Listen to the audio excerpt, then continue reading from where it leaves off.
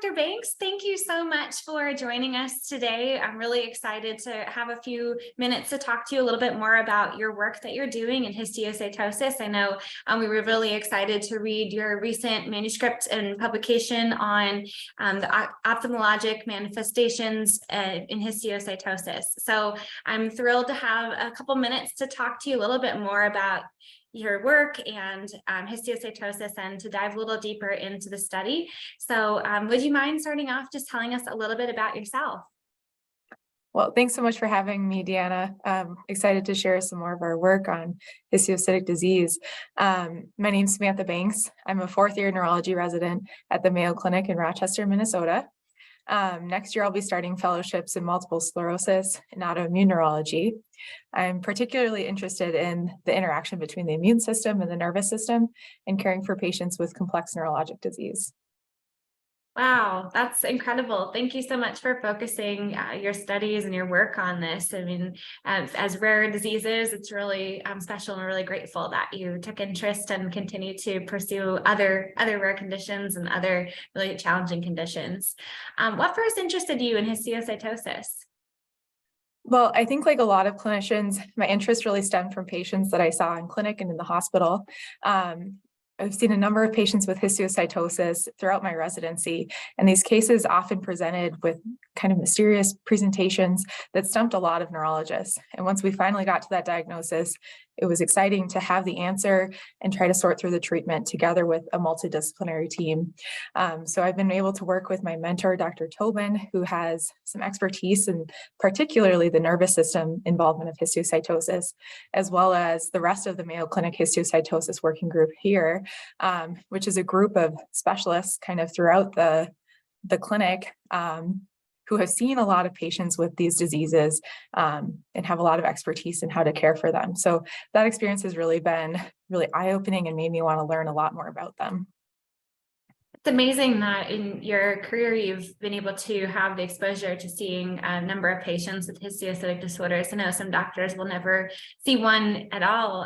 So what an amazing opportunity. And again, thank you for taking interest. And so I think this led to the study that we're talking about today. So can you tell us a little bit about the study and why you decided to perform it? Yeah. So this particular study actually came about after a patient we saw who had a prior diagnosis of refractory Toulouse-Hunt syndrome. This is a disease that's thought to be an inflammatory disease that affects the area behind the eye and causes a lot of pain and troubles with eye movement. After a really thorough evaluation, we were able to sort through and find out that she actually had Langerhans cell histiocytosis. But when we went to the literature to try to understand more about how common is this presentation, what's the best treatment, what's the prognosis, there really wasn't much out there. And so this kind of pushed us into wanting to learn more. And so we, through our large cohort here at Mayo Clinic, we looked at over 350 patients, adult patients with histiocytosis. And we were looking at what is the involvement like in the eye, the orbit, kind of that area surrounding the eye, the optic nerve, which is that nerve that connects the eye to the brain, as well as the cavernous sinus, which is an area in the skull that contains a lot of nerves that help with eye movement. Wow, that's really interesting. And you had such a big cohort. That's exciting to be able to work with for something so rare. Why is this study important? I mean, you touched a little bit on it, but if you can dive a little deeper into the importance. Yeah, so some of the key findings that we found were that ophthalmologic involvement is quite common in these diseases. So about 10% of patients in our cohort overall had ophthalmologic involvement. That included about 20% with Rosé-Dorfman disease and 15% with Erdheim-Chester disease. We also found that this was often the first presenting feature of their histiocytic disease. And further, in about half of our patients, the diagnosis was able to be made based on biopsy from the eye or orbit. We also found that there was often a long diagnostic delay. These cases were not straightforward and easy diagnoses to be made. And there was a high rate of vision loss that occurred across all patients. I think you touched a little bit on how they present with this involvement, but are there any other ways that it presents? Yeah, so the most common symptoms that patients presented with were proptosis, which is just kind of protrusion of the eye out from the skull, as well as swelling of the eyelid. But patients also presented with things like headache, eye pain, redness in their eye, double vision, blurry vision. It was really rare for patients to not have any symptoms with this.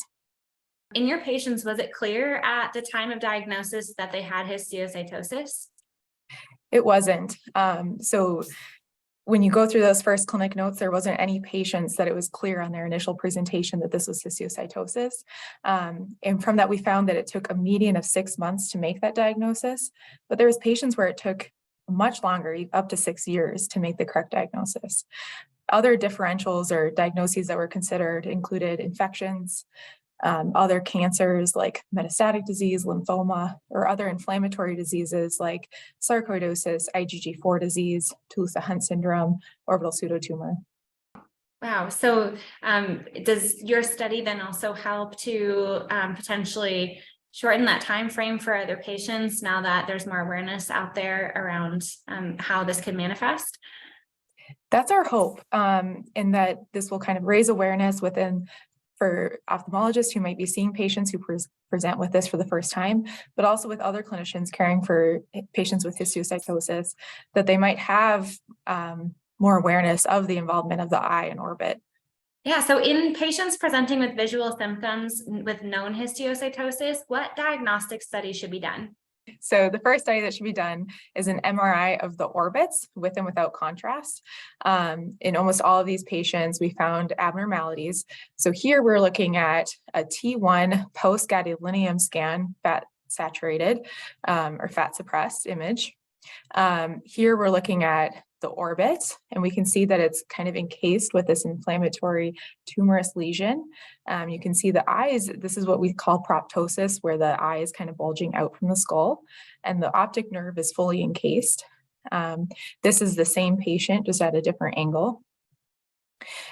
This is actually looking at a FDG PET CT, where we can see that there's increased FDG uptake in the orbital lesions.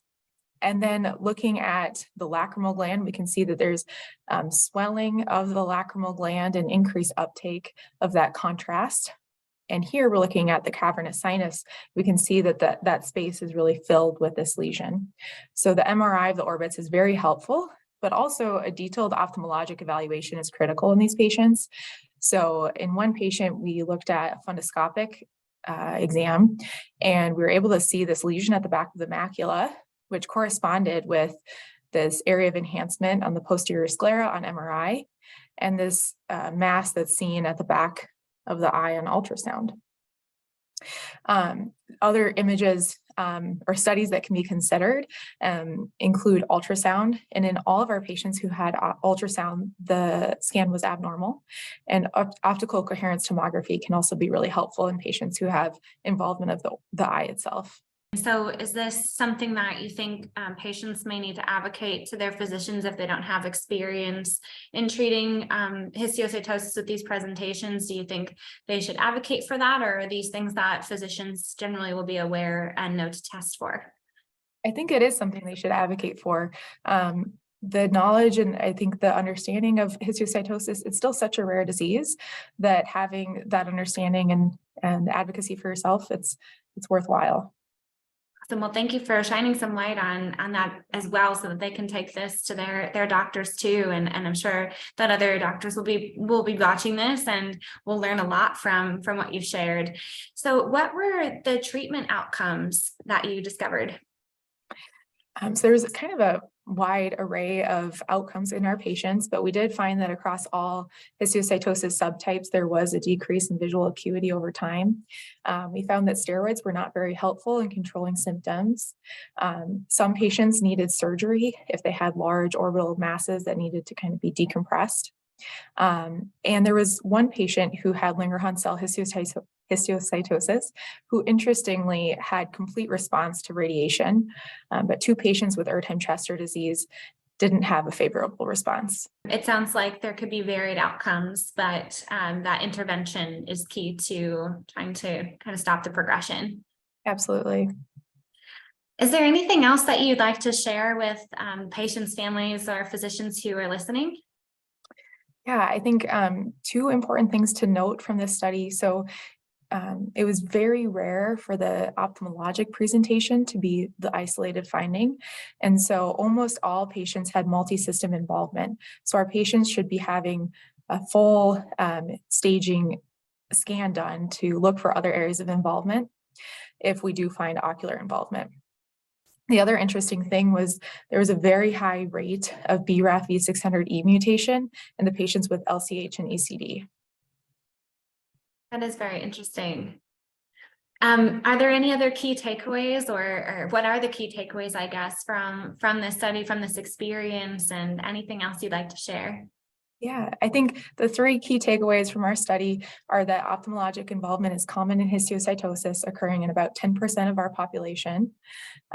Also that it is very rare for it to be isolated to the eye or orbit, and these patients should have full systemic staging done. And lastly, that visual acuity was decreased across all groups, emphasizing the need for early diagnosis and treatment in these patients. Thank you so much for sharing this. I've learned so much myself just by talking to you, and I read the paper, and it's wonderful. Thank you so much for performing this study and for taking interest in histiocytosis, and we look forward to hopefully collaborating with you more in the future and learning more about other work that you're doing. So thank you, and we're really eager to share this out. Thanks so much for your time.